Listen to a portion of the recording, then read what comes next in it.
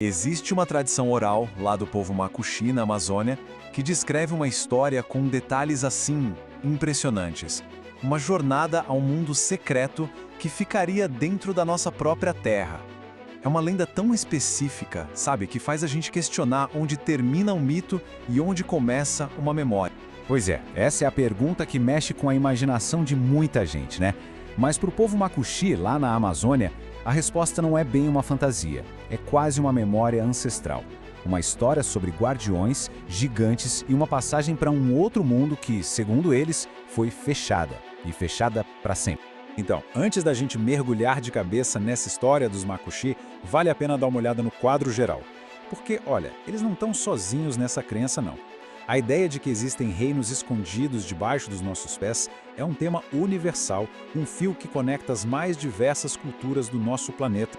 Pensa bem, tem a árvore do mundo dos nórdicos, cujas raízes iam até mundos inferiores. Tem os 9 níveis do submundo maia. A humanidade sempre olhou para baixo com aquele misto de medo e fascinação. Mas o que realmente diferencia a história dos Macuxi é o nível de detalhe.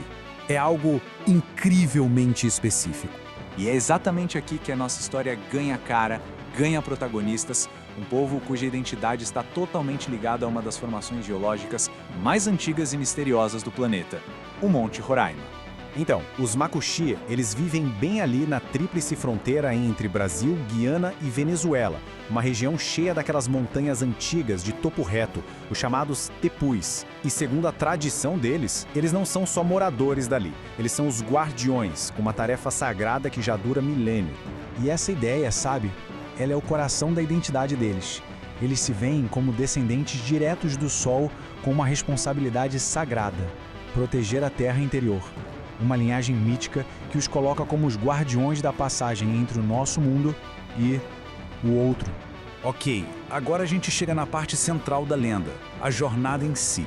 Uma expedição que, de acordo com o que eles contam, levava de 13 a 15 dias. E era uma viagem por paisagens que desafiam a nossa imaginação e, quem sabe, até as leis da física. O que é curioso aqui é a precisão, né, de 13 a 15 dias. Não parece um número jogado ao acaso. Corresponde quase que perfeitamente a um ciclo lunar, o que pode sugerir que essa jornada era uma espécie de ritual alinhado com um calendário cósmico.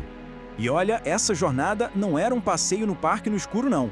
Era uma travessia com fases bem definidas, cada uma mais fantástica e desafiadora que a outra, testando os limites de quem se atrevia a entrar por ali. Agora, para pensar isso, 80 centímetros! Cada degrau tinha 80 centímetros de altura. Uma pessoa de estatura média ia sofrer para subir isso.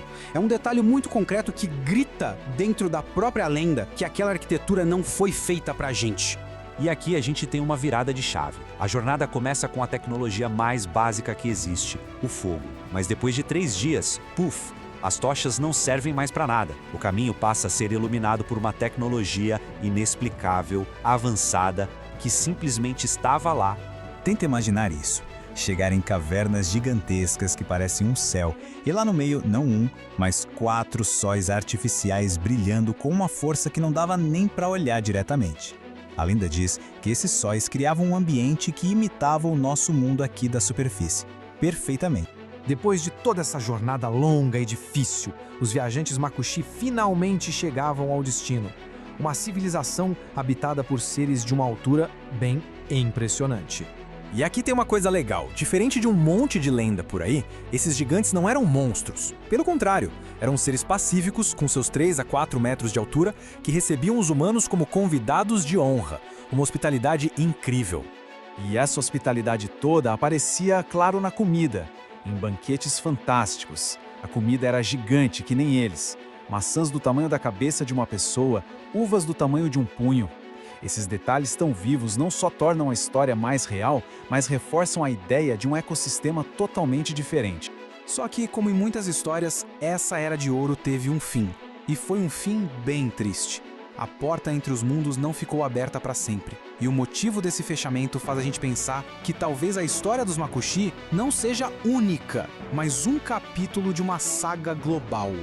A lenda conta aqui com a chegada dos exploradores europeus obcecados por ouro. Ficou impossível para os Macuxi manterem o segredo. E os gigantes, percebendo que o pacto de proteção tinha sido quebrado, simplesmente foram embora e romperam a conexão para sempre. E o mais impressionante é que a história dos Makushi não está sozinha no mundo não. Se a gente olha para as tradições do Tibete sobre Agartha ou para os textos hindus, a gente encontra coisas muito parecidas. Civilizações avançadas lá dentro, iluminação artificial, entradas secretas. É fascinante. E essa ideia não ficou só lá no passado, nos mitos antigos. Já no século XX, figuras como o almirante Byrd teriam deixado registros em diários sobre ter encontrado terras verdes e quentes nos polos, habitadas por civilizações avançadas, o que ecoa muito do que a lenda Makushi conta. Agora, saindo um pouco da lenda e entrando na arqueologia, a gente encontra outra coisa bem intrigante.